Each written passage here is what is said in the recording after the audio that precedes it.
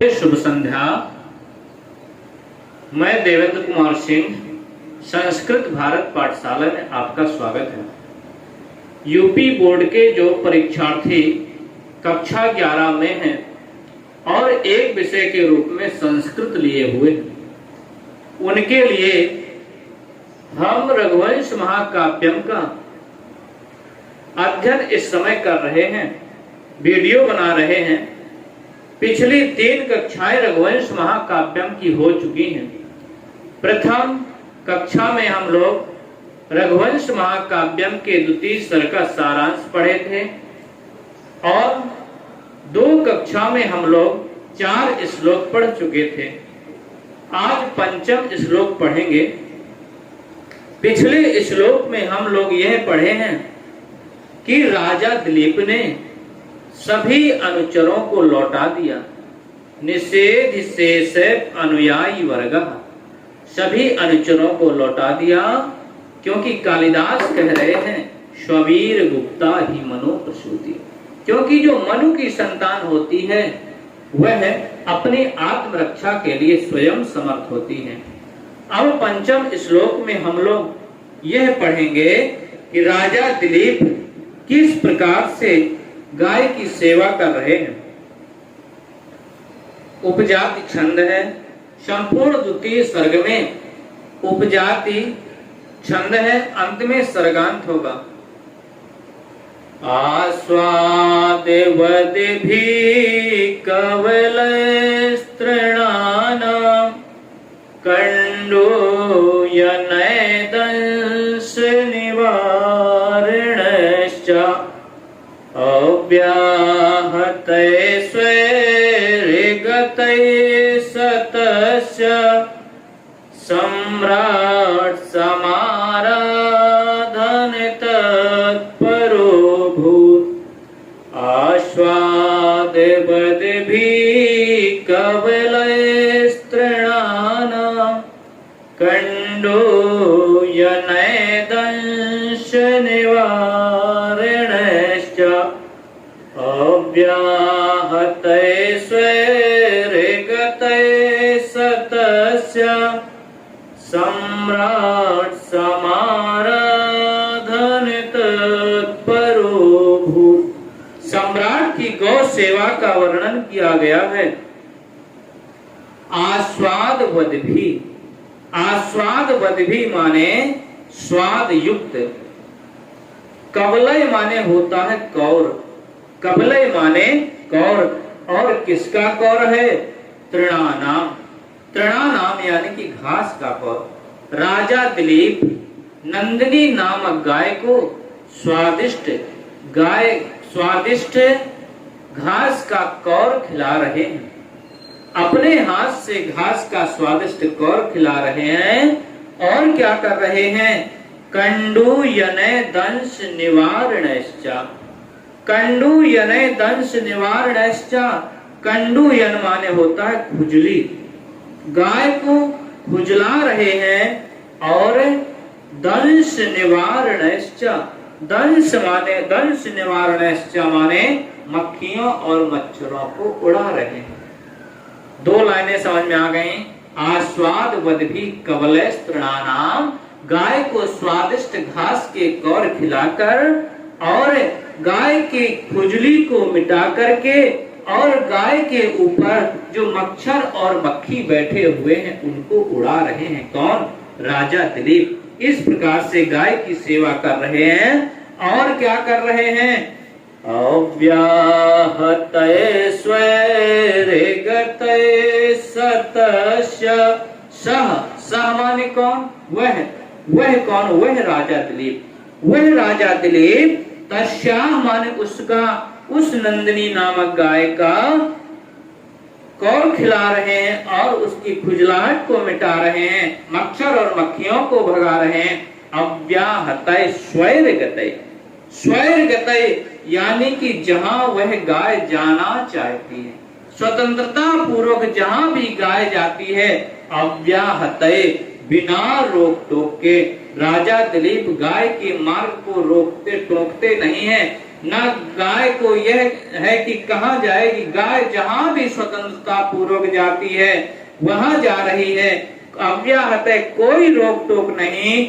और सम्राट समाराधन तत्परोभूत, उस सम्राट ने, सम्राट राजा, उस सम्राट ने, सम्राट कहते हैं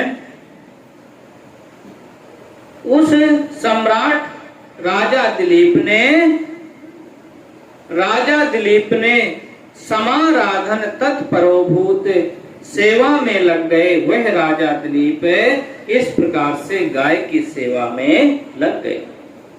अब अर्थ समझिए, सह सम्राट वह राजा दिलीप आस्वाद बदभी कवले तृणानाम, गाय को घास का स्वादिष्ट कौर खिलाकर, कंडू यनय दंश निवारणश्चा, उसको खुजलाकर और मक्खियों को उड़ाकर, तथा उसे गाय को बिना रोक टोक स्वच्छंद विचरण करने देकर उसकी सेवा में लग गए। कौन गाय की सेवा में लग गए? राजा दिलीप लग गए। अब इसका संदर्भ किस प्रकार से लिखेंगे?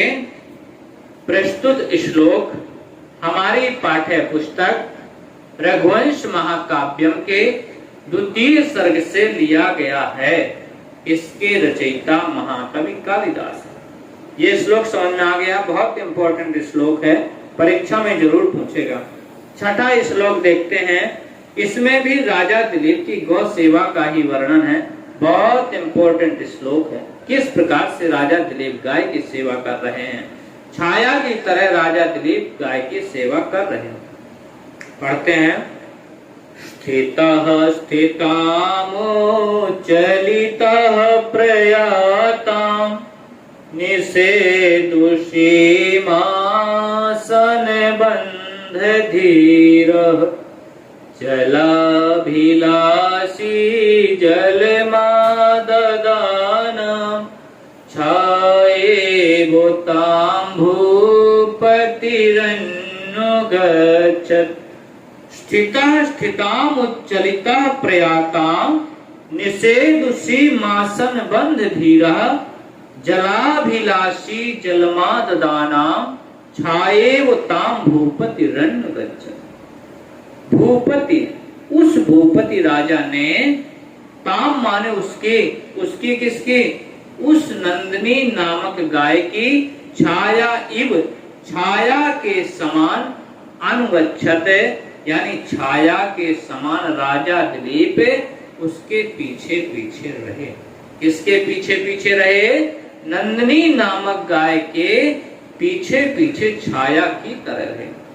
एक बार दिन हमने समझाया था कि जैसे हम प्रकाश में होते हैं या सूर्य की रोशनी में होते हैं तो क्या होता है कि हम बैठ जाते हैं तो हमारी छाया भी बैठ जाती है, खड़े हो जाते हैं तो छाया भी खड़ी हो जाती है, चलने लगते हैं तो छाया भी चलने लगती है। इस प्रकार से राजा दिलीप ने गाय की सेवा की। कालिदास लिख रहे हैं स्थितः माने खड़े हो जाते थे, स्थिताम यानी जब गाय खड़ी होती थी राजा दिलीप भी खड़े हो जाते। जब गाय खड़ी होती थी राजा दिलीप भी खड़े हो जाते थे। उच्चलितः प्रयाताम, और जब गाय चलती थी राजा दिलीप भी चलने लगते। जब गाय खड़ी हो जाती थी राजा दिलीप भी खड़े हो जाते थे। जब गाय चलने लगती थी राजा दिलीप भी चलने लगते थे। और निषेध सीमासन बंध धीरा, और जब गाय बैठ जाती थी, निषेध सीम माने जब बैठ जाती थी, राजा दिलीप भी आसन लगा करके बैठ जाते थे। जलाभिलाषी जलमा ददानाम, और जब गाय जल पीती थी तो राजा दिलीप भी जल पीने के इच्छुक हो जाते थे। राजा दिलीप भी जल पीने की इच्छा करते थे।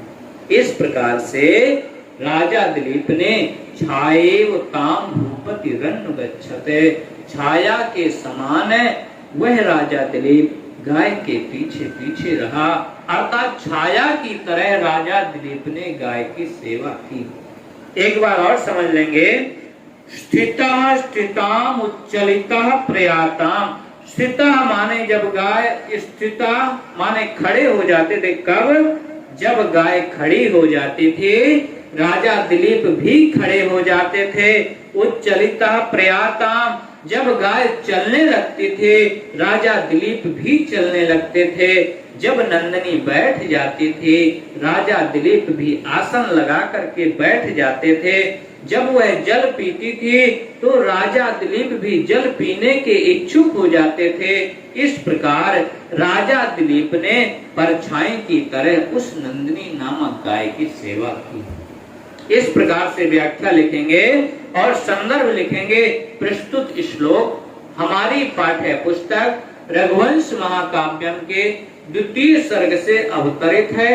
इसके रचयिता महाकवि कालिदास और प्रसंग लिखेंगे इस श्लोक में राजा दिलीप की गौ सेवा का वर्णन। दोनों श्लोक बहुत महत्वपूर्ण हैं, परीक्षा में जरूर पूछे जाएंगे। इस प्रकार से आप लोग इस वीडियो को बार बार देखेंगे, अध्ययन करेंगे तो आपकी बहुत अच्छी तैयारी हो जाएगी। बस आज यहीं तक। कल चंद्रापीठ कथा का सारांश हम लोग पढ़ेंगे।